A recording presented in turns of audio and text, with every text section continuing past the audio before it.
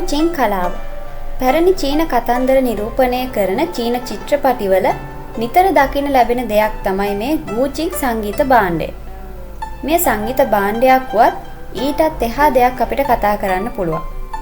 සංගීතයකට එහා ගිය දාර්ශනික කලාවක්, ආධ්‍යාත්මික බවක්, මනුෂ්‍යත්වය හා ප්‍රകൃතිය අතර සම්බන්ධතාවයක් මේ මගින් නිරූපණය කරනවා කියලා ඔවුන් කියනවා.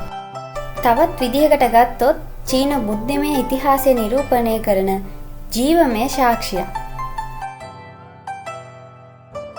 ගූචින් සංගීත භාණ්ඩය පැරණි මුනිවරුන් විසින් භාවනාව හා ආධ්‍යාත්මික ගවේෂණය සඳහා භාවිතා කරලා තියෙනවා. 2003 දී මේ යුනෙස්කෝ සංස්කෘතික උරුමයක් ලෙසින්ද නම් කරලා තියෙනවා. ගූචින් කියන්නේ ලොව පැරණිතම සංගීත භාණ්ඩ වලින් එකක්. අවුරුදු 3000කට වඩා වැඩි ඉතිහාසයක් මේ තුල තියෙනවා. පුරාණ කතාවලට අනුව ෆූෂී නම් අධිරාජ්‍යයා විසින් මෙය නිර්මාණය කර ඇති අතර ෂෙන්ඩොන් එනම් දිව්‍යමය ගොවියා ලෙසින් නම් කරන පුද්ගලයා විසින් මෙය ප්‍රතිසංස්කරණය කරලා තියෙනවා. ෂෙන්ඩොන් කියලා කියන්නේ චීන මිත්‍යා කතන්දරවල අතිශයින්ම ගෞරවයට පාත්‍ර වන කෙනෙක්. පුරාණ චීන ගොවිතැනේ හා වෙදකමේ දෙවියන් ලෙසින් මොහු නම් දරනවා.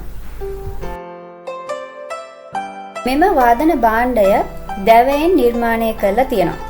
මෙහි ස්වභාවය ගත්තට පස්සේ පොළව සහ අහස නිරූපණය කරනවා. වාදන භාණ්ඩයේ ඉහළ වටකුරු කොටස අහස ලෙසත්, සමතලා කොටස පොළව ලෙසත් නම් කරනු ලබනවා. මෙහි තත් 7ක් යුක්තයි.